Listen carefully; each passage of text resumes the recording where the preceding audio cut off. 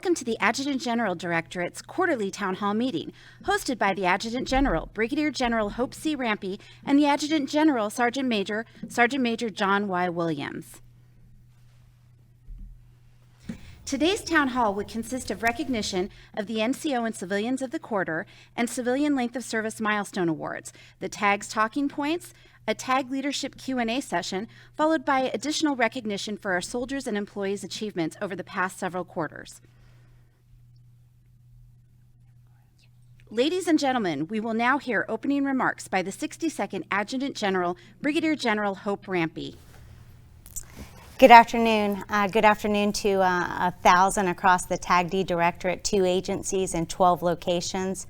I can't thank you enough for spending the afternoon with us. You know, it's been 9 months since the last town hall, 8 months since we started COVID restrictions, and I've been on the job less than 4 months. And what I can tell you is what a great couple of agencies and directorate. So I really appreciate being part of the team, and I'm really looking forward to first recognizing some much needed recognition across the directorate, because I know we've waited a long time. So with that, let's go ahead and recognize some heroes. We'd like to recognize and honor TAGD personnel for their selections as NCO and Civilian of the Quarter, and for length of service milestones of 25 years or higher. Ladies and gentlemen, Staff Sergeant Jennifer McKinney of the Field Services Division Milpay Team was selected as the TAGD NCO Quarter of the first quarter of fiscal year 2021. Staff Sergeant McKinney will be awarded with a Civilian Achievement or Certificate of Achievement and TAG Coin of Excellence for her outstanding performance. We'd now like to recognize our Civilians of the Quarter from fiscal year 20. For first quarter, Ms. Teresa Ringel of Transition Division and Mr. Kelly Parziel of ESPD were selected as TAGD Civilians of the Quarter for first quarter for fiscal year 20. For third quarter fiscal year 20, Ms. Tatiana Enright of SPSD, Ms. Francina Collins of Transition Division, and Mr. Kenneth Godfrey of ESPD were selected as TAGD Civilians of the Quarter. For fourth quarter fiscal year 20, Ms. Valerie Miranda of PDA and Ms. Phyllis Widenbreaker of FSD were selected as TAGD Civilians of the Quarter. Congratulations to all the winners, and thank you for your superior service to the Army and this nation. At this time, we'll recognize civilian employees who have reached significant years of service milestones. For 25 years of service from the Army Service Center, Ms. Monica Tanksley. From CMOD, Mr. James Bell. Mr. George Williams. From ESPD, Ms. Heather May Stagg. From PDA, Mr. Robert Mockin. And from Transition Division, Mr. Eric Cogdell. For 30 years of service from the Army Service Center, Mr. Anthony Cosme. Mr. Leroy Gardner. Mr. Jerry Hopkins. And Mr. Michael Stewart. From CMOD, Mr. William Coleman. From FSD, Mr. Joseph Summers. From Operations Division, Mr. Joseph Kenny. And from Transition Division, Mr. Walter Reed. For 35 years of service from the Army Service Center, Mr. Mark Pleiss. From ESPD, Mr. Eric Buckman. And Mr. Timothy Horner. From FSD, Mr. David K. O'Connor. For 40 years of service from ESPD, Ms. Linda Borgatti. For 45 years of service from ESPD, Mr. John Murphy. Thank you to all the honorees for your years of service to the Army and the nation. Ladies and gentlemen, the Adjutant General.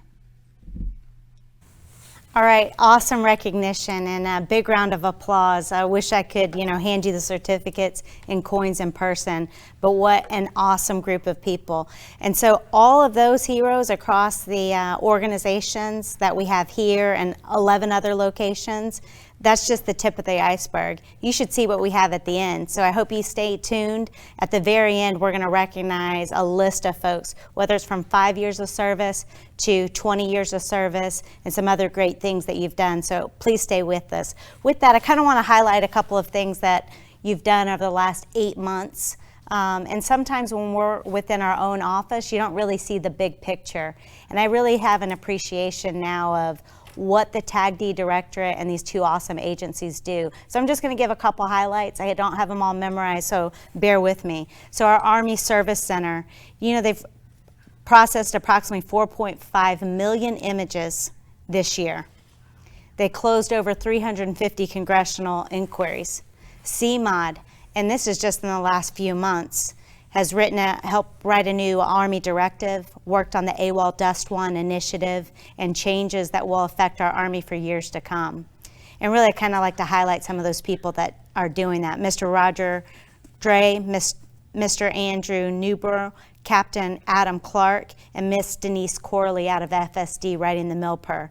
They're also doing the holistic casualty review, and I really appreciate that. ESPD, OER processing and NCOR processing time. I mean, some areas you were taking 6 weeks and now you're down to 1 week. So if you're part of that team, I thank you for what you do. FSD, while you're worried about a lot of data initiatives, you're also worried about the mill pay initiative, and you've done over 66 different types of training and trained over 1,700 HR professionals. MPSA, the Military Postal Service Agency, not just taking care of the Army, but taking care of DOD. And big thing this year, not only the election, but implemented the electronic customs forum that is working around the globe. So thank you, and thanks for your work to get the word out in AMPS. Ops in our BMO section processed over 150 honorary awards, processed over 111 civilian hiring actions. So if people think that we're just teleworking and sitting at home during these trying times, they'd really be surprised. And then the Physical Disability Agency. We've actually closed down our headquarters in National Capital Region, closing the one in JBLM, and actually are almost all on the ground in Joint Base San Antonio. So thanks for what you do. I'd also like to highlight the Transitions Division, our TAP Virtual Center, and actually just getting approval to change the name to TAP instead of Soldier for Life TAP. So more to come on that.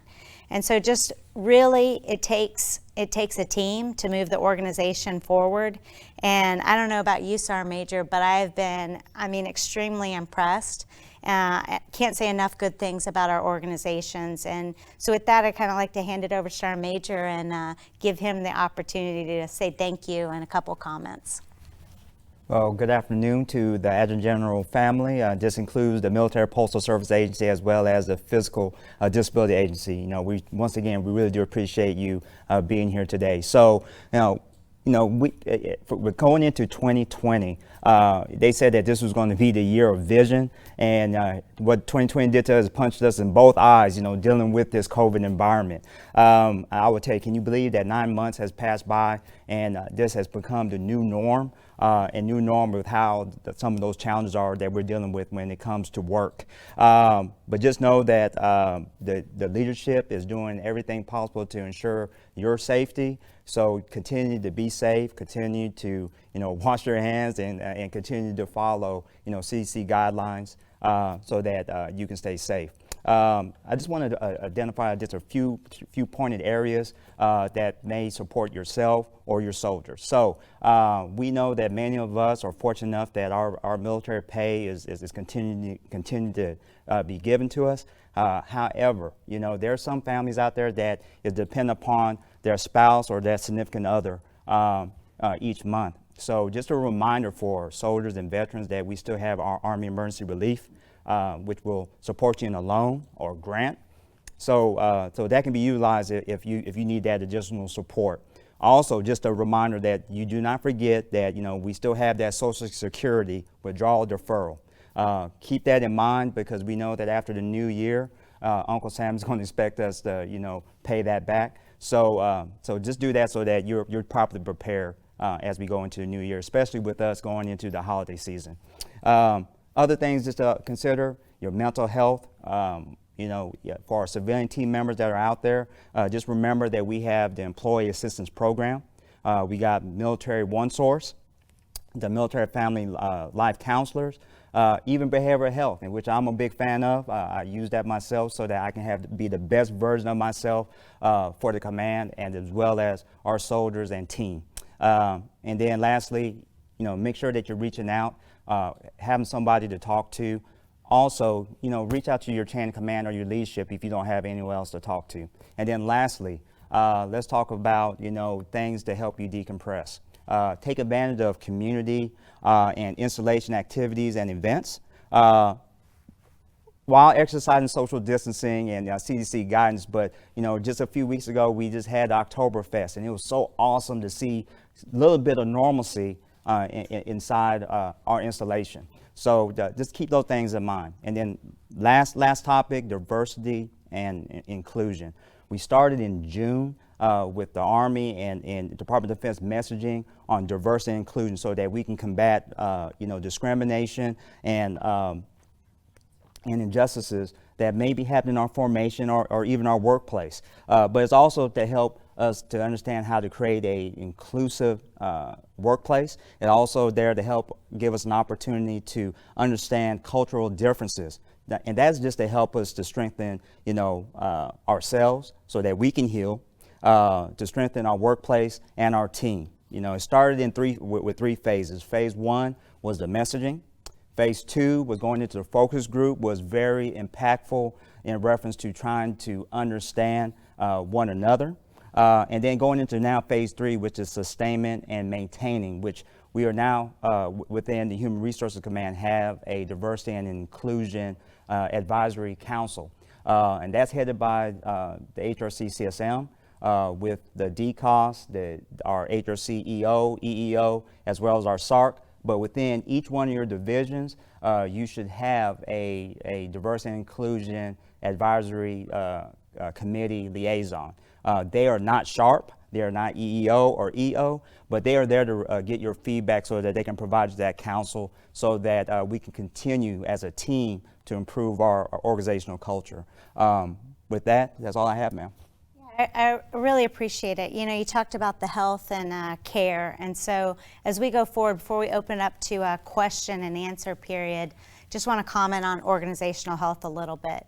The SMA has talked about knowing your squad, and so my squad within the front office, it's about knowing where are they from, how did they grow up, what siblings, what is their marriage situation or home situation, and not just saying, but actually doing. And I don't think you show how much you care by what you say, you show how much you care by what you do. And so I encourage you to do that. I have time with the division chiefs every single week. And one of the things that we always stress is, who haven't you seen or who haven't you called lately? And I just ask for all of you within TAGD, MPSA, and PDA, think through those people that you haven't seen their face. If you haven't seen your desk mate in a while, pick up the phone. It doesn't have to be for any other reason other than to do a morale check. You might be surprised. I'm trying to get birthday letters out digitally now, and unfortunately my October ones were a little bit late, but I will tell you what a great response, and thank you for the emails back, because it also allows me to reach out and talk to other people. While I love the Sergeant Major, my XO and Deputy and Chief Robinson, sometimes that squad gets a little bit small, so I really appreciate being able to exchange some ideas with you. So with that, caring about one another, and I will tell you, we're talking about priorities and strat planning lately, but culture and health of an organization will beat priorities and strategy every single day, so take care of one another. With that, let's go ahead and open it up for some questions. TAGD employees submitted questions for a TAG leadership Q&A session. First question for the TAG comes from SPSD. What is TAGD HRC's plan for holiday leave? Oh, great question. Hopefully, we can, even if you can't travel, that you can actually get some time at home. While HRC hasn't come out with the actual dates, I know if you look at the calendar, I think December 14th is a Monday, and look through the end of the year. Usually block leave or day on, day off is around 18 December to the 2nd of January. Guidance I'm going to give to the div chiefs, though, I don't want to prescribe how you will do it. I encourage leave, but I am open to day on, day off or half day schedule, depending on where you live. With everyone teleworking almost, at least 80%, that's open to the div chiefs. So I can put out some more prescriptive guidance if needed. That's where I'm at right now. The second question is from CMOD. What is the TAG's guidance on TDY during the COVID pandemic? TDY guidance, just as we've been doing it right now, is conditions dependent. I know within CMOD we've approved 1 or 2 briefings to go out. I'm willing to do that. I know it's still a risk to travel, but I'm traveling myself. At least I have twice to installations now. And so I think if the conditions present themselves and if it's mission dependent, absolutely. We will now hear closing remarks by Brigadier General Rampey and Sergeant Major Williams. So I think they're trying to cut us off a little bit, Sergeant Major. So I'm going to give you some more time. You want to talk about a couple things you wanted to talk about today since you didn't get asked any hard questions? I thought we did a pretty good rehearsal. I think so too. And I want you to have some more tough questions. So I'm gonna yield the floor to Sergeant Major to talk. I mean, we're doing a lot of great work right now. You want to tell them? I would tell you, as we travel, General Rampey probably heard this quote of mine over and over again. And it goes, not everyone can be famous, but everyone can be great, because greatness is determined by service. And each time I either say that quote, read that quote, it makes me think about the awesome team that we have and the major impacts that you all have on soldiers, families, veterans, and civilians across our Army. And it's phenomenal because things are changing each and every day. It's amazing what each and every one of you all can accomplish, from in this COVID environment to, how you're impacting individuals just from teleworking. Just imagine if we had you back in the building. But I would tell you, we say thank you each and every day. Some key points that we're dealing with, and for the soldiers that are out there, just like with, there are many different changes dealing with the evaluation board. The evaluation board currently main responsibility or focus is, creating that order of merit list that opens up, human resource management decisions in 4 areas of training, promotion, assignments, and retention. So just recently, a MILPER message came out in reference to pin-on requirements for promotion to staff sergeant, sergeant first class, and master sergeant, which created a lot of questions coming out of the field. Reason being it is because there's an 18 months time and grade requirement for sergeant first classes to be pulled in to be eligible for that criteria to be looked at during the evaluation board. Some of the questions came up which was rightfully so. I will not meet that 36-month pin-on eligibility criteria. And it goes back to what I said right at the beginning.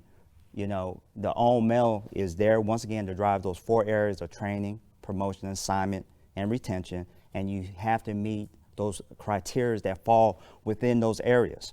All right. It's still going to give you the opportunity. It's still the integrity of the process of merit base is still applied to those areas. But you also have to consider this, and I'm using the Sergeant First Class Evaluation Board as the example. We're still trying to exhaust the FY19 list. That means that those individuals still have to be placed into school.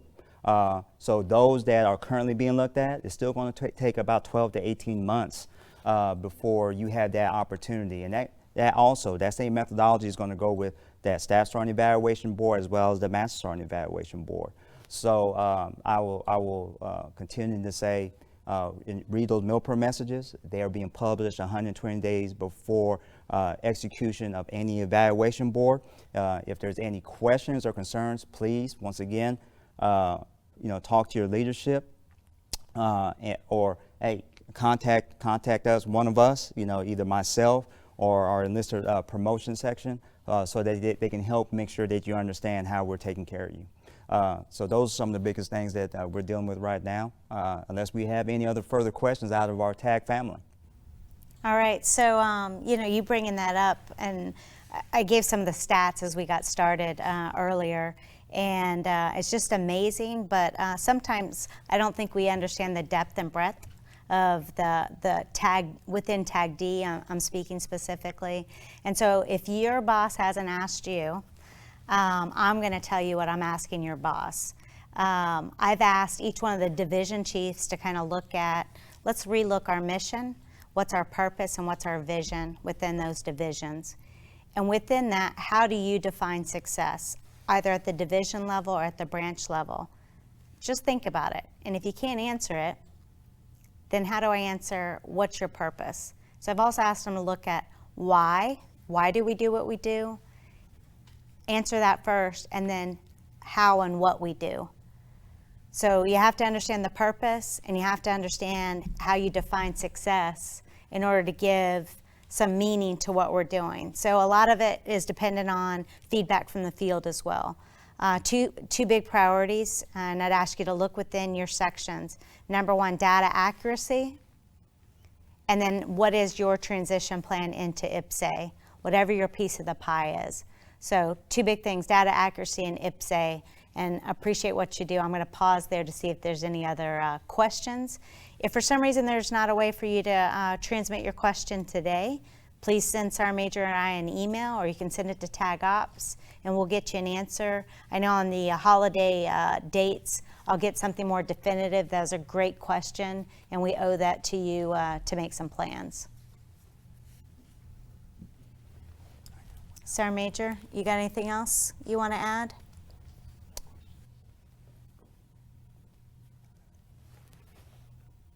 So the only thing that I have to add is going back to the question, which was a great question in reference to leaves and passes. All right. I know that within the Adjutant General Directorate, and it may be within our other agencies, but just keep in mind while you're taking leave, while you're taking your pass, that if your leaders are going to look at it, twofold. One, hey, we want you to be able to take that leave, be able to decompress, but also the risk and safety is also applied to that. There have been some angst in reference to why sometimes leaves or passes are disapproved or kicked back, but just understand that it's coming from a good place. It's all about safety. If you're trying to drive 24 hours in one day, I would tell you the command cares about you enough not to allow you to take that risk. But we're all also open to that discussion. So just keep that in mind. It's all about safety. We want to make sure that you get to where you want to get to have your fun and be able to decompress. But we also care about you enough to make sure that you get back so that we can see you, so that you continue to do the great things in part of our team, which supports how we take care of our Army. Thank you. Ladies and gentlemen, this concludes today's Town Hall. We appreciate you joining us in everything you do for TAGD and the Army. Please continue to watch as we end with recognition of many TAGD family member accomplishments over the last several months.